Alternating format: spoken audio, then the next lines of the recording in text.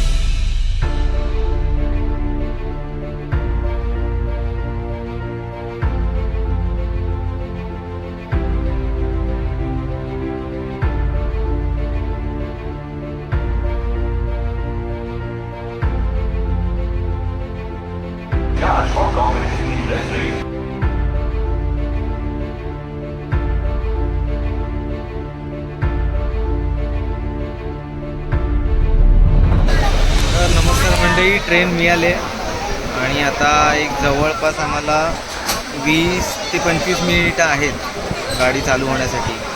LTT to Visakhapatnam गाडी आहे.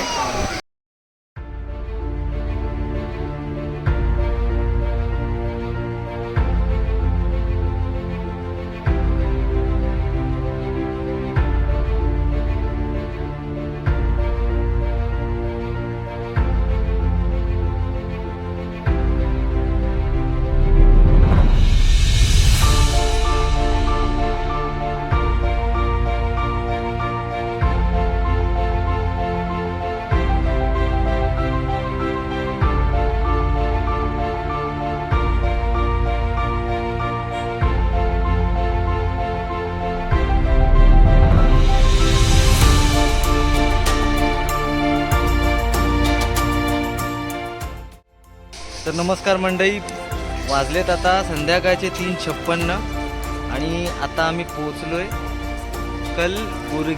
कलबुर्गी जंक्शनला, म्हणजेच कर्नाटकला. तर चाललो आहे आता गाणगापूरचं दर्शन घ्यायला. आलो आहे आता कलबुर्गी बस स्टँडला आणि वाट बघतोय गाणगापूरच्या बस येण्याची. बस स्टँडला थांबलो आहे बघा. फर्स्ट टाईम एक्सपिरियन्स कर्नाटकमधला. त्यांच्या भाषेवरचं प्रेम आवडलं आहे मंडळी बघा. लवकर महाराष्ट्रात पण दिसेल नक्कीच. तर वाट बघतोय 5 वाजताची एक ST आहे गाणगापूरला जाण्याची.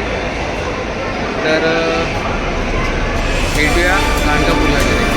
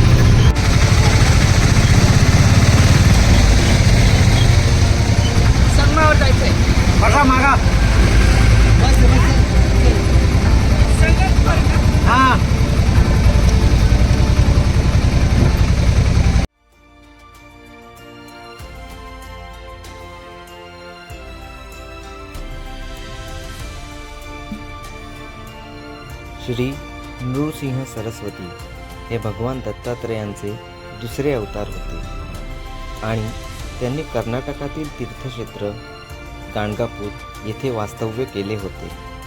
गाणगापूरमधील भीमा आणि अमरजा या 2 नद्यांच्या संगमावर त्यांनी कायमचे वास्तव्य करण्याचे वचन दिले होते असे मानले जाते. तेच हे संगम तीर.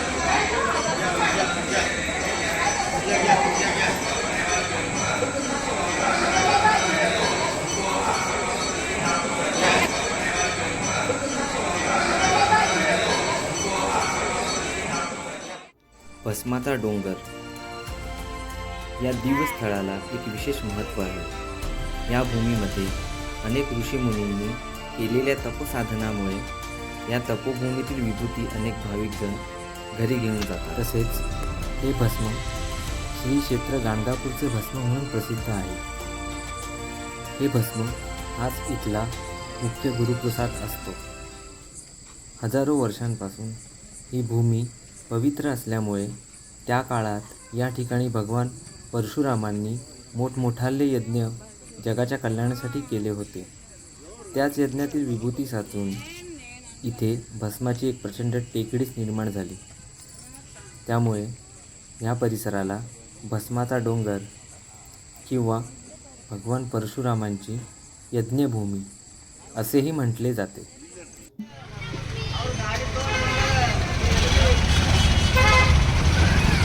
नमस्कार मंडळी, आता वाजल्या आहेत घड्याळात 7:18 आणि आता आम्ही चाललो आहोत श्री क्षेत्र दत्त मंदिर गाणगापूर.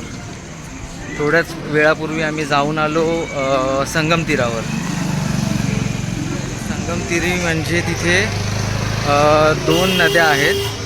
श्री नृसिंह सरस्वती दत्तात्रय यांचं मंदिर आहे तिथे संगम तीरावर. तिथे कल्पवृक्षाचं दर्शन घेतलं, दर्शनही छान झाले आणि आता आम्ही आलो आहोत दत्त मंदिराच्या जवळ. तुम्हाला दाखवतो.